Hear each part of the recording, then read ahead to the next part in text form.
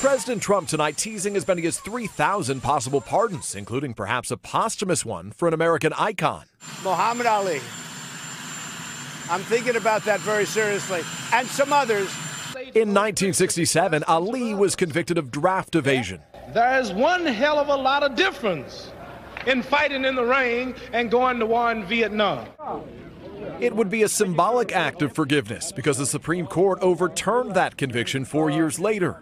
Ali's family attorney today calling the idea unnecessary because there is no conviction from which a pardon is needed.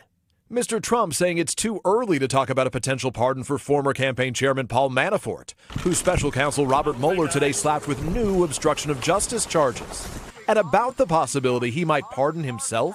Do you believe that you are above the law? No, I'm not above the law. I do have an absolute right to pardon myself, but I'll never have to do it because I didn't do anything wrong. Tonight, the president is also pondering a major shift on pot, indicating he's likely to back a bipartisan effort to ease the federal ban on marijuana. We're looking at it, but I probably will end up supporting that. A position at odds with his Attorney General Jeff Sessions. But he's on the same page as his lawyer Rudy Giuliani when it comes to Stormy Daniels. I'm sorry, I don't respect a porn star the way I respect a career woman or a woman of substance. He said that being a porn star is not respectable work.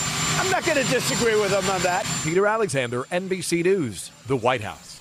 Hey, NBC News fans, thanks for checking out our YouTube channel. Subscribe by clicking on that button down here and click on any of the videos over here to watch the latest interviews, show highlights, and digital exclusives.